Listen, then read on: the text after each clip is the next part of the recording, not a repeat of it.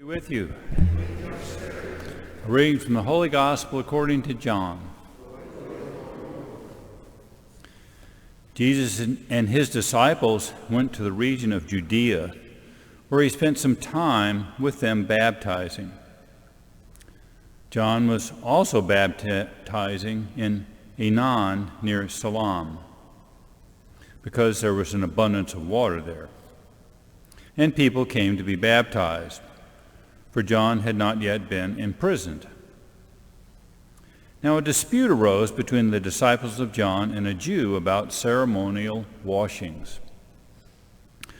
So they came to John and said to him, "Rabbi, the one who was with you across the Jordan, to whom you testified, here he is baptizing, and everyone is coming to him."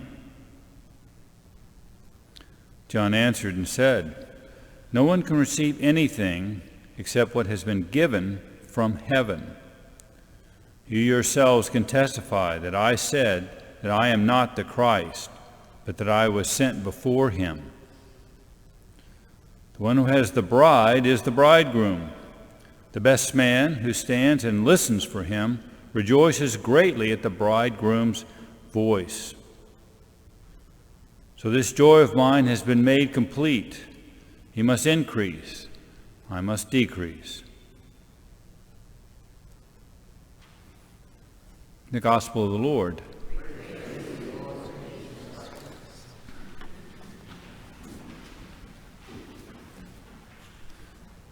You got to love John the Baptist. I mean, how can you not? I mean, he's such a humble guy.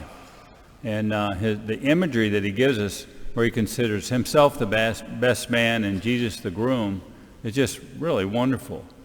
So in Jesus' time, the groom would go to the bride's house and then escort her to his house. And there's a big procession and celebration, a festival, as they're in this route to the groom's house. And the best man's job was to show up at the bride's house, make sure everybody was ready for the big festival and ready to go as soon as the groom would hear.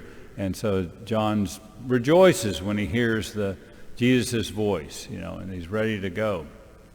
And he's in that frame of thought, that analogy that he's given. Of course, Jesus is the groom and John the Baptist is the best man. So who's the bride?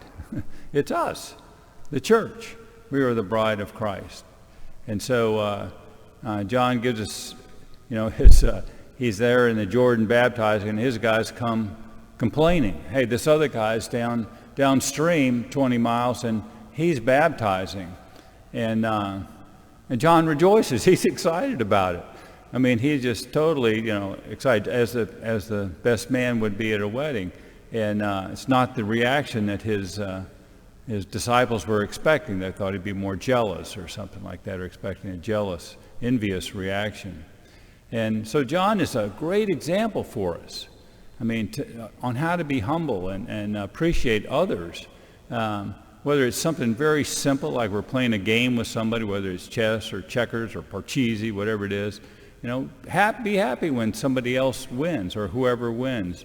Or if you're in the workplace and somebody gets a big promotion and or a plum assignment, be happy for them. Rejoice because because we can be humble enough to be happy for them. Or even politically, if our party doesn't win and the other party wins, we should be able to rejoice and be happy with them. But sometimes it can be really difficult and challenging. I know with me, sometimes that jealousy creeps in there, and it's like you got to control it and beg for humility. But in our first reading on 1 John, John tells us that we should be confident in God, that we are begotten by him, we're his children, and that he watches over us, he protects us, and that we should ask him for the things we need, especially the things that are in his will. And to be humble is part of God's will for us, to learn to be humble. And he tells us also we should pray with confidence. Great advice, and direction from 1 John there. And so today, maybe each of us should spend just a little bit of time in prayer and ask God for the grace to be a little more humble in our lives and push out any jealousies that we might have in our lives when somebody else does good.